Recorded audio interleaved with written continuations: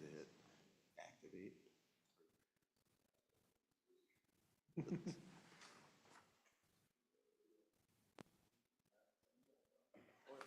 Oh, you can only.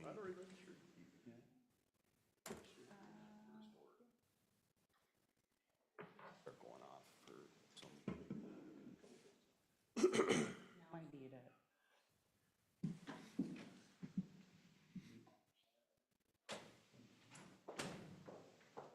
All right, with it being right at 7 o'clock, call the meeting to order. Jolene, can we get a roll call? Council members Erickson, Here. Larson, Here. Miller, Here. Councilmember Valento is absent tonight, and Mayor Roberts. Here. If you're able, please stand for the pledge. Pledge allegiance to the flag of the United States of America and to the republic for which it stands, one nation, under God, indivisible, with liberty and justice for all.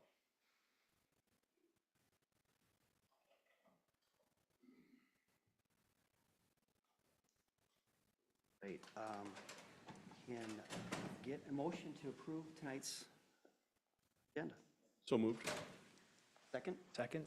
All in favor? Aye. Motion carries. All right, we have a new item on the agenda that we're going to do periodically when it's warranted, and that is to recognize people in the community or that have done great work, community service, and contributed, in this case, contributed to a city commission. So I am going to make a motion that we approve resolution 04142501, recognizing Diane Halflin, and I have just a resolution that I want to read publicly. Whereas the City Council of Forest Lake wishes to recognize individuals who have made significant contributions to the well-being, growth, and quality of life in our community. And whereas Diane Halflin was dedicated and passionate volunteer who selflessly served the City of Forest Lake as a valued member of the Cable Commission for 10 years. And whereas during her tenure on the Cable Commission, Diane brought insight, integrity, and commitment, ensuring that public access and communications remains transparent, accessible, and community-focused. Whereas beyond her role in the Cable Commission, Diane was actively involved in numerous volunteer efforts throughout the city, always offering her time, energy, skills, and help and others to enhance the community programs and incentives. And whereas Diane's dedication, warmth, civic spirit left a lasting impression on all who had the privilege of working with her. She served as an inspiration to many throughout her tireless advocacy and genuine care for her neighbors and city. And whereas the City of Forest Lake and its residents mourn the loss of Diane and extend deepest sympathies to her family, friends, and those who all knew and loved her. Therefore, is resolved that the City Council of the City of Forest Lake, that we hereby recognize and honor the life legacy of Diane Halflin and express our sincere appreciation for her many years of dedication, public service, and her countless contributions to our community. So I have a motion. Is there a second? Second answer. All right, all in favor? Aye. Opposed? Motion carries. And I just would like to add, it's people like this that really make this community special, and we're so grateful for her service, and again, condolences to her loved ones. Right, open forum. This is an opportunity for the public to speak. Any city matter, please come to the podium, name and address, and no one on site? No one signed, it was Okay. just Mr. Miller, so. Okay, all right. Hey, we have a consent agenda in front of us. Anyone willing to make a motion to accept the consent agenda? I'll make a motion to approve consent agenda items 7A through 7Q. Do we have a second? Second it. Any discussion? All in favor? Aye. Opposed? Motion carries. Our first item on the regular agenda is Lot 1, Block 1, DePonte 3rd Edition, first right of refusal. And Abby? Thank you, Mayor Roberts, members of the council. As the council is aware, staff has been in discussions with GON companies for their potential acquisition of parcels of land in the airport business park. So as a reminder, the city owns 2 parcels still located along Fenway Avenue in the area where we had quite a number of business park parcels that the city had marketed over some time. The parcel that's in question with this first right of refusal is the southern of the 2 parcels. And essentially, GON has indicated that they have an interest in purchasing this parcel, but not right at this moment.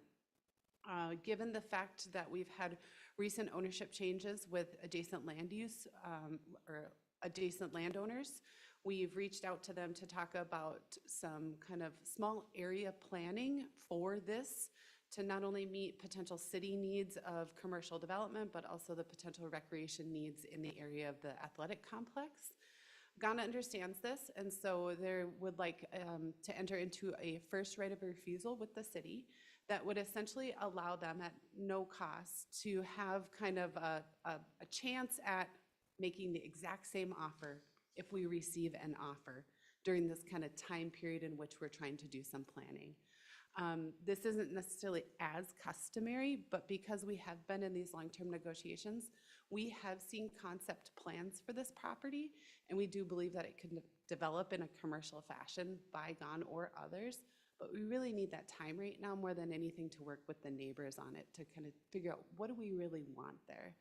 So tonight for your consideration is a first right of refusal agreement for Lot 1, Block 1, DePonte 3rd Edition, and staff would recommend that we enter into that agreement with GON Development LLC. Any questions? Any questions, council? Any thoughts or? No, I think of it as I read through this, I mean, we had a number of discussions at the EDA level about, there's some things we might want to do with just understanding the planned usage around that. And so this is going to protect those interests of the cities, correct? Correct. Essentially, it's going to kind of, we're not actively marketing it. If we got an offer in this time period, it would allow GON to match that offer. But essentially, it's told the only interested party right now, hold up, give us a second. We need to plan a few things here. They're well aware of all of the conversations that are happening, the potential land use changes that could happen through here, and are very respectful of that and understand that that's something that the city may not anticipate selling quite yet or in the near future. So Perfect, thank you. kind of goes hand in hand with the next application or the next item on the agenda too. Okay, but 2 separate motions, Two correct? separate Yes. motions. All right. If there's no other discussions, anyone interested in making a motion? Make a motion that we accept the enclosed first right of refusal agreement for Lot 1, Block 1, DePonte 3rd Edition with GON Properties LLC. Second. Second it. Any further discussion? All in favor? Aye. Opposed? Motion carries. Next item, Lot 1, Block 2, DePonte First Edition Option Agreement. Abby. Thank you. Again, as the council is aware, the staff has been in discussions with GON Development LLC for a number of years about their potential acquisition of the northern parcel that still remains, the Lot 1, Block 1, DePonte First Edition. Most recently, the city has negotiated the enclosed option agreement with GON Development LLC. Essentially, what the option agreement allows them to do is market the property for industrial, business service, office, and/or commercial recreation users, and then enter into good faith negotiations on a purchase agreement for the properties. It gives them 1 year, and for a cost of, it was $15,000. Yep, I did include that in the memo for you. Included in the option agreement is a little bit of precursor, though, for that purchase agreement. Essentially, it locks in the purchase price of $353,500. It also indicates that GON will design and plan for a minimum 30,000 square foot structure or structures, depending on kind of what that development plan looks like, and that they would have a finished valuation of $1.73 a square foot. That, based on our county assessor, is kind of the going rate for nice development on that site. And then lastly, there would also be in the purchase agreement a deed restriction that would allow for the reversion of the property back to the public, so back to us, if GON fails to develop exactly as we kind of negotiate in that future purchase agreement. There would be a sunset period on that and a time to give them ample time to be able to develop. We're not there quite yet, but some of those things are outlined right now, just putting them on notice that those are things that we're gonna expect in a purchase agreement in the future. Don's completely in agreement, so tonight for your consideration is an option agreement for Lot 1, Block 2, DePonte First Edition, and I'd recommend you approve it. Or accept it, approve it. Any additional questions for Abby or discussion?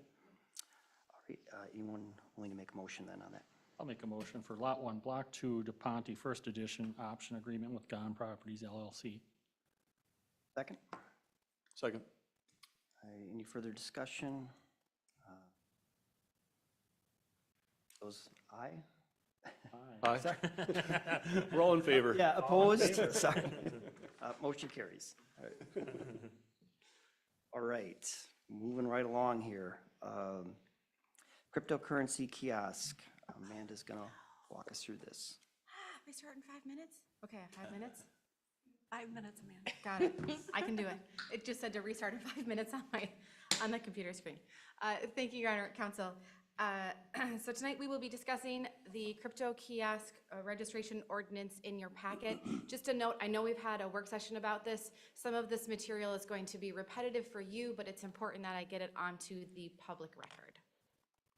So I will do a quick summary of the cryptocurrency kiosks, how they are being used in these fraud schemes, and then the proposed ordinance. As a reminder, these cryptocurrency kiosks are machines that allow consumers to buy and or sell cryptocurrency through an ATM type machine. These are often found in gas stations, grocery stores, and pharmacies. Typically, the cryptocurrency kiosks allow a consumer to come in and purchase cryptocurrency but not sell cryptocurrency. Often these machines mark up the cryptocurrency between 20 to 30%, meaning that if you were to purchase the cryptocurrency online, you would be paying, typically it's between 1 cent and $1 per transaction. If you do it at the machine, you're going to be paying whatever the value is of that cryptocurrency plus a 20 to 30% markup that goes to the kiosk operator. These are new to the marketplace. 5 years ago, these machines did not exist. Right now, in the regulation world for these kiosks, there is a little bit of federal regulation. Kiosk operators are required to register with the U.S.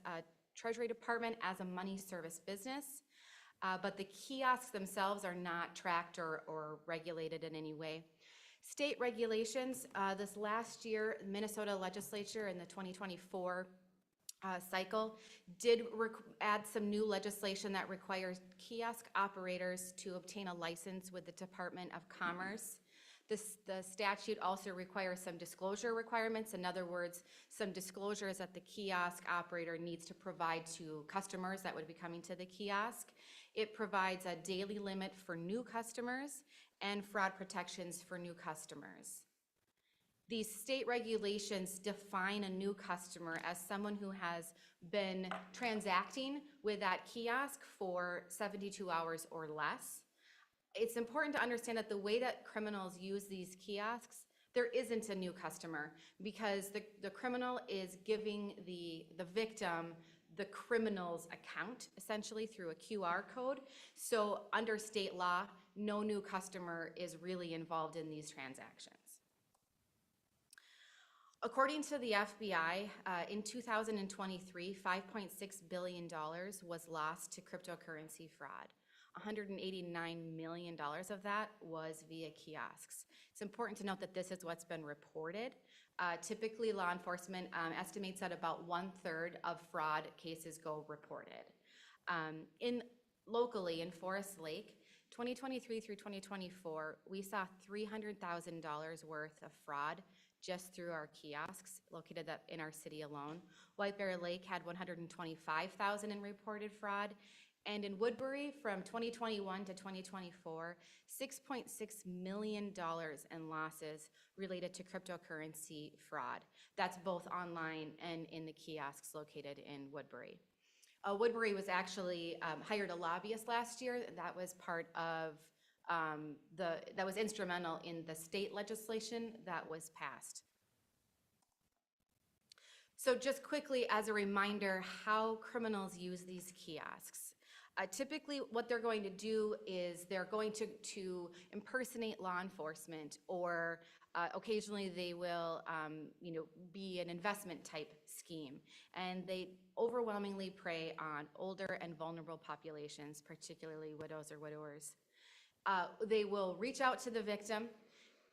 An example of this would be they'd reach out claiming that they have like an outstanding warrant for a failure to show up for jury duty, right? And that's not true, but it sounds true enough.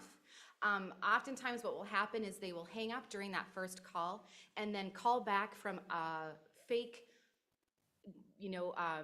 caller ID line that looks similar to a law enforcement phone number or law enforcement ID, but is not actually a law enforcement ID. They will keep their victim on the phone if they can for the entire transaction. And what I mean by the entire transaction is, often they will, if these individuals, do you want me to grab my computer? Bring mine up there, give me one Okay. sec while I close everything up. So these individuals, if they don't have access to a large amount of cash, at their residence at that time, they will stay on the phone with them while they have them go to a bank and withdraw cash. They will stay on the phone with them while they are interacting with the teller so that they can communicate, here's what I want you to say to the teller if they ask you questions about why you're withdrawing this money, that sort of a thing. And then they will stay on the phone with them while they go to these kiosks and deposit the money. I tried, sorry.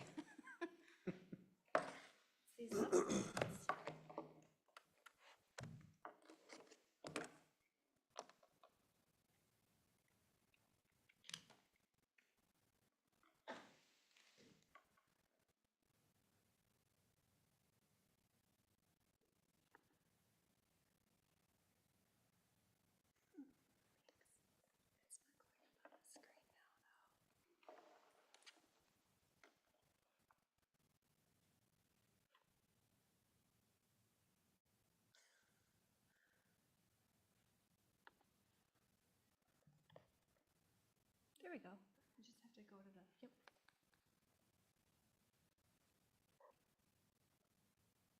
Okay. I think I went through all of kind of the process of how they confuse and manipulate their victim during the scam. So they put the money into the account. As I mentioned, it's not going to be in an account that the actual victim owns. It's going to be in an account that the perpetrator owns.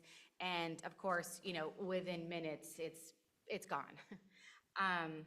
The nature of the cryptocurrency kiosk and the cryptocurrency world is such that once gone, it's almost impossible. It's not impossible, but it's almost impossible to get these funds back because it's transacted, and the way that cryptocurrency works, they don't have like a wire transfer kind of system that we can go back and look through. So just a reminder, this came before the council on the March 17th work session. At that work session, the council was provided with 3 options. We could do nothing, we could ban the kiosks, we could register the kiosks. Council, based on the council feedback, it was to move forward with the registration ordinance and then to beef up some of the conditions of that registration. So just quickly, registration ordinances, registering businesses or regulating uses is not a new thing to cities. We have broad authority under the statutes to do exactly this. We do this in lots of areas: tobacco, alcohol, cannabis, massage therapists, tattoo parlors.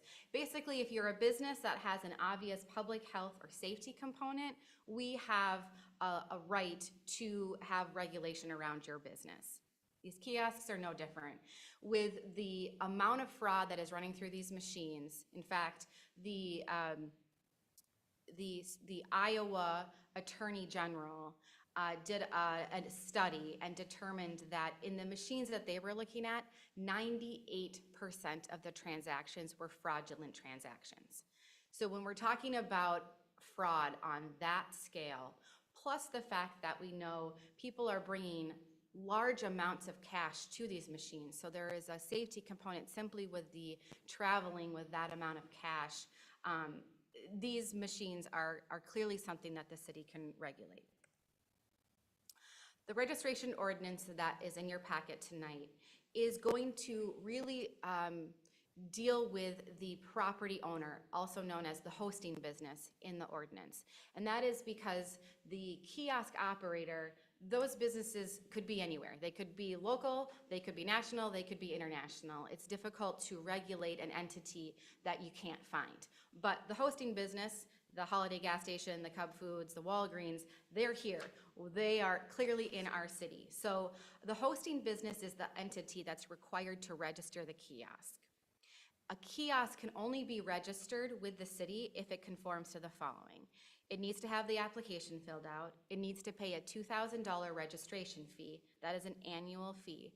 That fee will cover our costs related to the registration, and enforcement. So PD has to go out there and do an inspection to make sure that they meet the rest of these requirements I'll talk through in a second.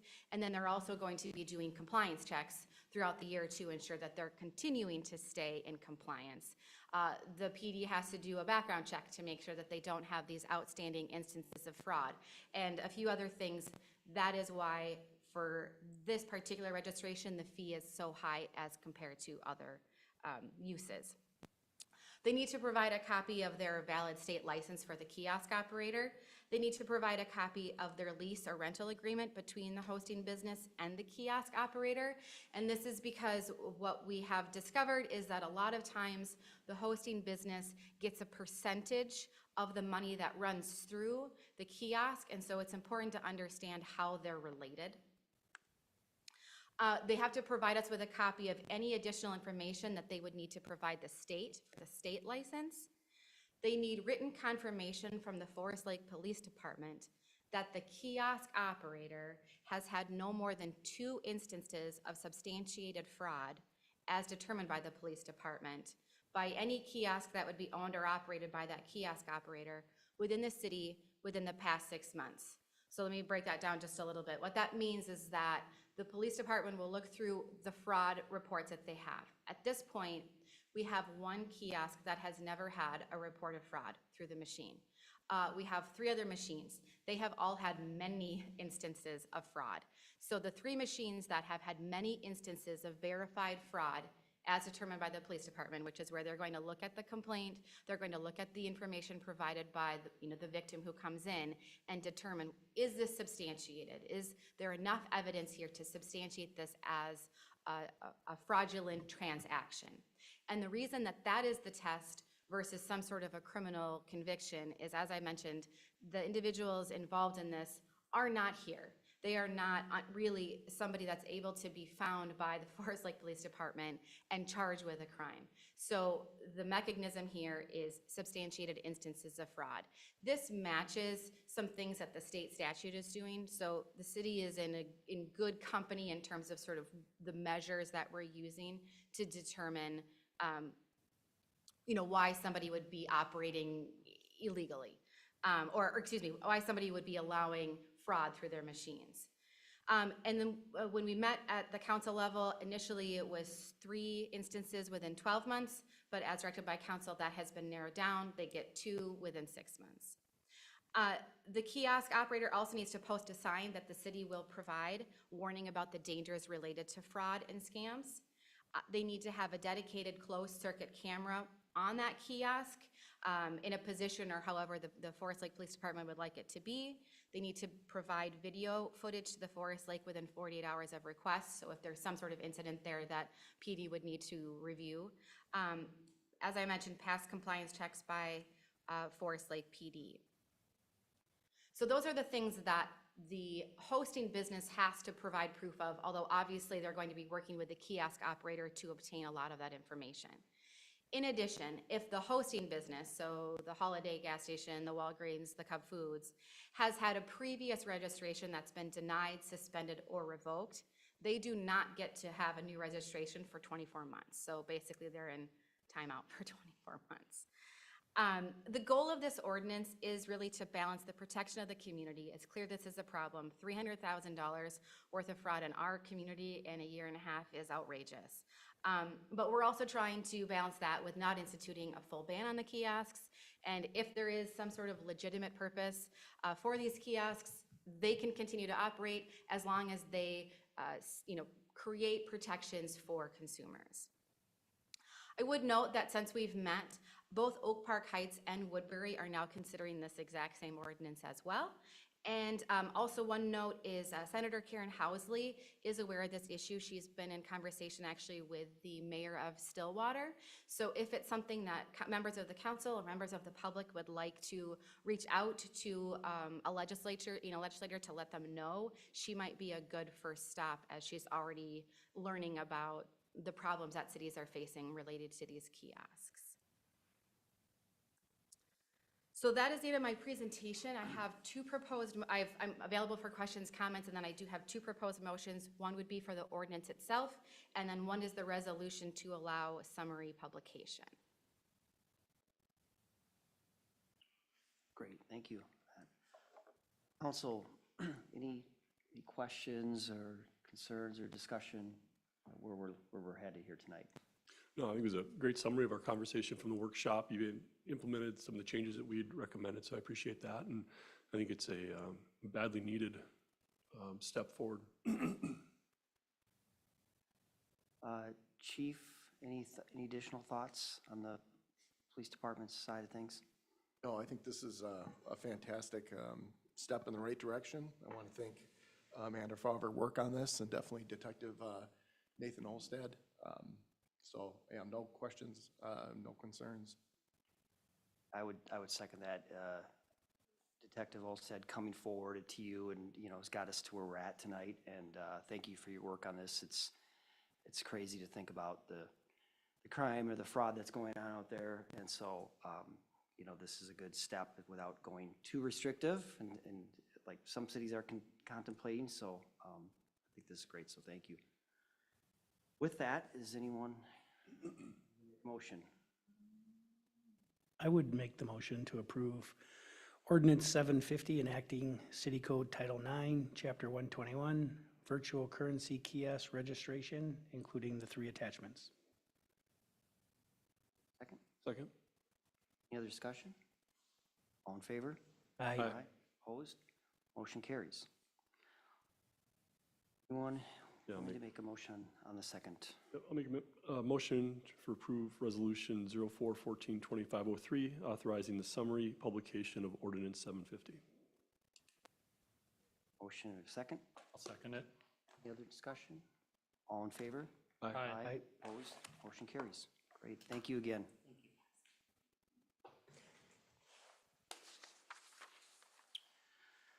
Right, so regular agenda item 8D, ATV, UTV operation, golf cart operations. So we've had a couple workshops on this, worked through this, a lot of different moving parts here, different ways that we could do this. And so today we've realized that there might be a little bit more work that we want to do on this. And so to get this right, I'm moving that we table this till the April 28th meeting to allow staff some additional time to research possible permitting alternatives on the ATV and the UTV operation. Second that? Do we have any discussion or any additional thoughts on this? I think this is the right, as much as I think we would like to get this thing approved, and I think we will eventually get there. Just taking this pause for 2 weeks to make sure we have it right is right. So, all in favor? Aye. Opposed? We'll table this. Discussion, item 9. It doesn't look like we have anything listed there, so we'll go right into staff updates. And Jolene, we'll start with you. No updates this evening. Abby? I have two updates. Our city planner, Ken Roberts, has put in his resignation. He's accepted a position as the development director with the city of North St. Paul. His last day is next Friday.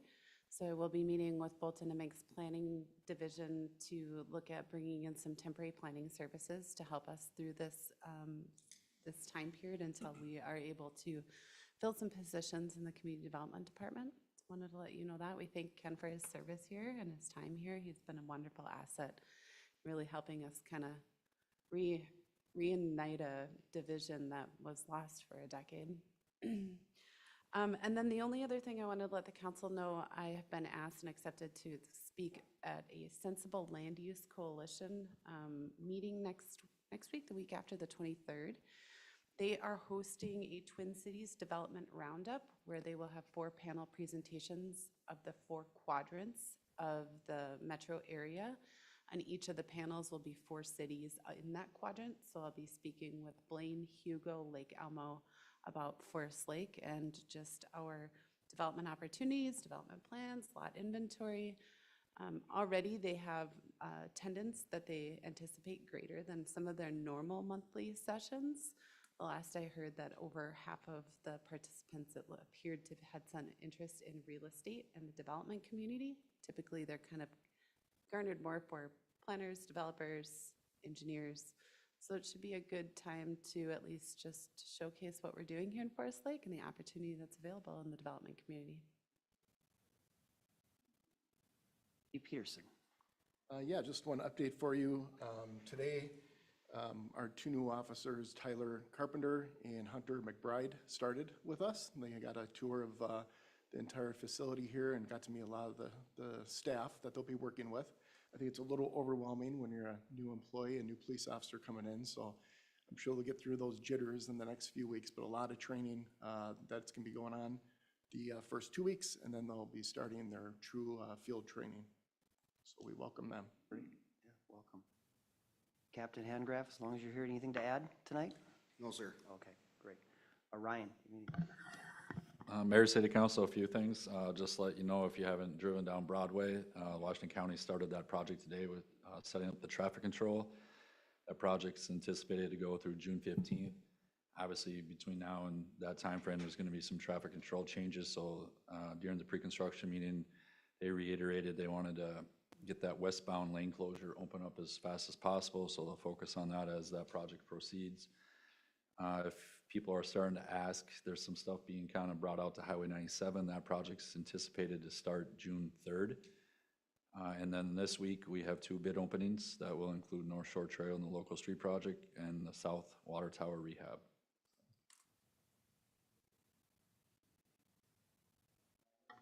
First tonight. Mark? Just a couple quick ones, Mr. Mayor. Just want to remind folks that, especially local folks, community in our surrounding area, we do have a number of open positions posted. Our finance director position being maybe sort of the highlight there, but we have a number of open positions on the website, and we'll continue to be adding. We approved another one tonight, so there's a number of different opportunities to work with us here at the city, and we hope people will take advantage of that. Also, some open positions on our commissions and that kind of thing too. So plenty of opportunities for people to get involved. And I think that's all I needed to highlight. Councilman? Nothing for me. Councilmember Larson? Nothing to add. Thank you. Yeah, no updates tonight. I have one update. I last week attended a couple days the emergency management training down at Washington County. Doug Berglund, who is was a previous firefighter here for the Forest Lake, did a great job. We went through a number of activities. One of them was a staged. The concern now is if you heard in the media what happened in New Orleans, where they're using the vehicles to cause harm to people. So we went through a full day practice on how that we would handle that. This particular one happened at a Memorial Day parade in Afton, so it was quite fascinating, and it does bring more concerns and some angst, to be honest with you. But I know that we've got great people in place, both at the county and local here in Forest Lake. I would like maybe to invite Mr. Berglund up to a workshop to just talk that through with the council. And I know that Councilman Erickson and Larson came to a training that was kind of abbreviated that back in December, which brought, opened our eyes to a lot of other things. So I appreciate that invitation, and Chief Newman attended that as well. So other than that, that's all I have. Without any other business coming, is there a motion to adjourn? So moved. Second? Second. All in favor? Aye. We're adjourned.